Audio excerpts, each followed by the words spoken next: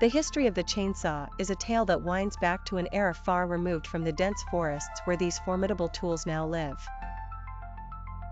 Contrary to what many might assume, the chainsaw's roots lie not in the timber industry, but in the operating room.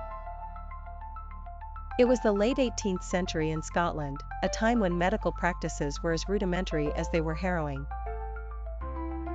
In an age when childbirth complications could easily turn deadly, two Scottish doctors, John Aitken and James Jeffray, sought to make the process safer and more efficient.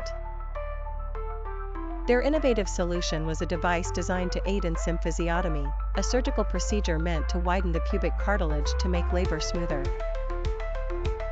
The chainsaw, in this primitive form, was born out of necessity, a hand-cranked, serrated invention aimed at saving lives. The compact tool was far removed from the motorized behemoths known today, and was used with precision and caution in the operating room.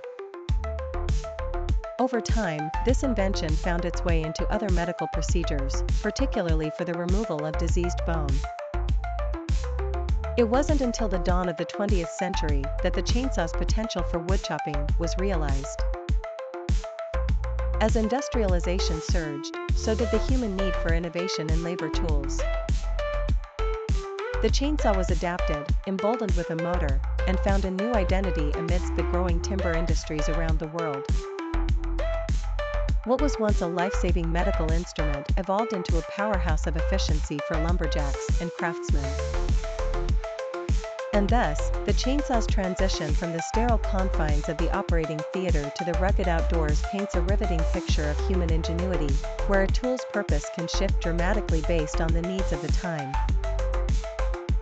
In essence, the chainsaw story is one of transformation and adaptation, mirroring the relentless march of technological progress.